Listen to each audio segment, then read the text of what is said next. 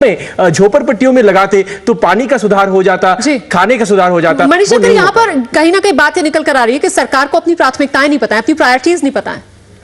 देखिए, महात्मा गांधी जी ने हमें समझाया था आज़ादी के संघर्ष के दौरान और उसके बिल्कुल पहले कि हमारा सबसे बड़ा समस्या है गुर्बत, और गुर्बत हटाना ही हमारे राष्ट्रीय प्राथमिकता होनी चाहिए। और रफ्ता रफ्ता हम उस बिल्कुल साधारण सत्य से हटते जा रहे हैं और सोच रहे हैं कि क्योंकि राष्ट्रीय आमदनी या जीडीपी को हम देखें उसमें बढ़ावा हो, तो आजादी के बाद से तो ज्यादातर बागडोर देश की जो है वो आप ही की पार्टी के हाथ में रही है। आप ही की पार्टी इस बात को नहीं समझ पाई है कि गुर्बत हटाओ तभी देश का भला हो सकता है। तो आपने मुझे यहाँ कांग्रेस पार्टी के प्रवक्ता के नाते बुलाया है या एक विशेषज्ञ के नाते? बिल्कुल एक विशेषज्ञ के नाते। तो आप खुदा के वास्ते इस पार्टी का मामला एक तरफ रखिएगा। मैं कुछ ऐसे तथ्यों आपके सामने रखना चाहता हूं जिस पर कि सारे राजनीतिक पार्टियां और मेरी भी पार्टी उस पर सोचना चाहिए। सोच ये है कि सन 1994 में जबकि हमारा केंद्रीय खर्चा इन सामाजिक क्षेत्रों पर तकरीबन 7,500 करोड़ रुपए का था, तब यूनाइटेड नेशंस का जो ह्यूमन डेवलपमेंट इंडेक्स में है उसमें हमारा स्थान 134वीं था।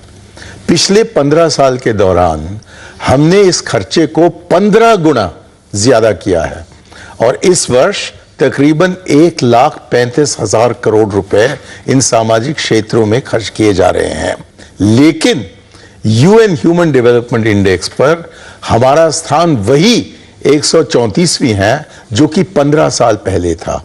तो पैसे खर्च करने से, गरीबों पर पैसे फेंकने से कुछ प्रगति होने वाली नहीं है जब तक कि हमने गरीब को सशक्त नहीं किया। जब ये बहुत अहम बात है कि पैसे बहाने से कहीं ना कहीं इसका कोई हल नहीं निकलेगा। इसके लिए बाकायदा एक रोड मैप तैयार करने की यहां पर जरूरत है। लेकिन आखिरकार सवाल फिर वही कि कौन करेगा वो रोड मैप तैयार। छोटे से ब्रेक के लिए यहां पर रुक रहे हैं, फौरन लौट रहे हैं।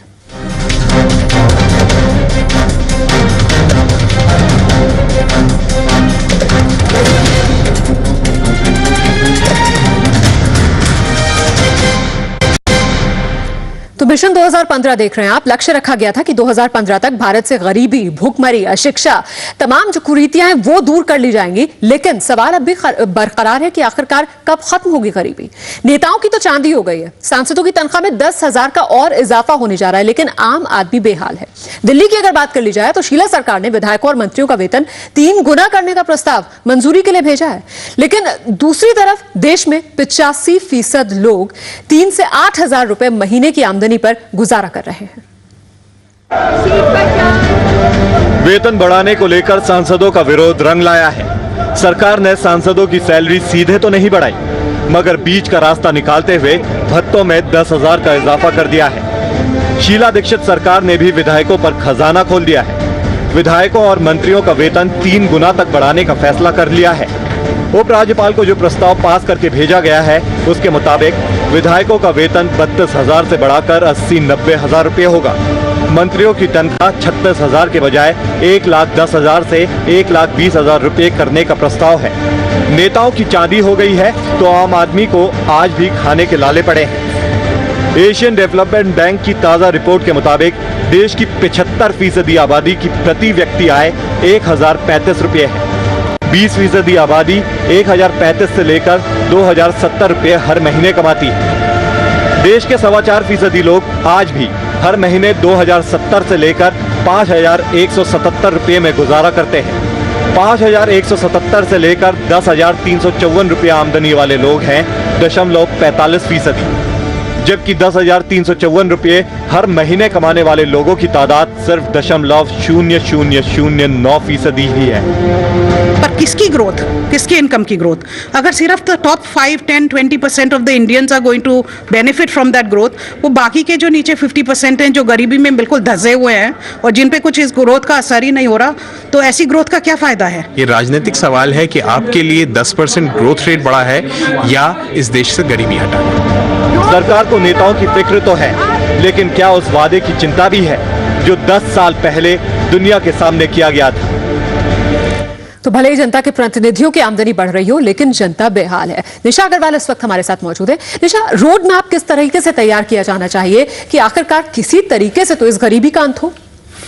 रोड मैप तो अब सबसे जरूरी हमारा 5 ईयर प्लान ही होता है, लेकिन हमें तो लगता है कि उसमें सिर्फ नाम के लिए इंक्लूसिव ग्रोथ की बात होती है। जब आप उसमें देखेंगे अंदर, तो वो वैसा ही प्लान है जो कि अमीरों को और अमीर करता जा रहा है और गरीबों को और गरीब, और जो डिवाइड है और इनइक्वालिटी है इंडिया में बढ़ती जा रही है। चाहे स्टेट्स के बीच में देखिए आप, चाहे लोगों के बीच में देखिए, वो गरीब इनइक्वालिटी इज वाइडनिंग डिस्पाइट ये जो 9-10% ग्रोथ।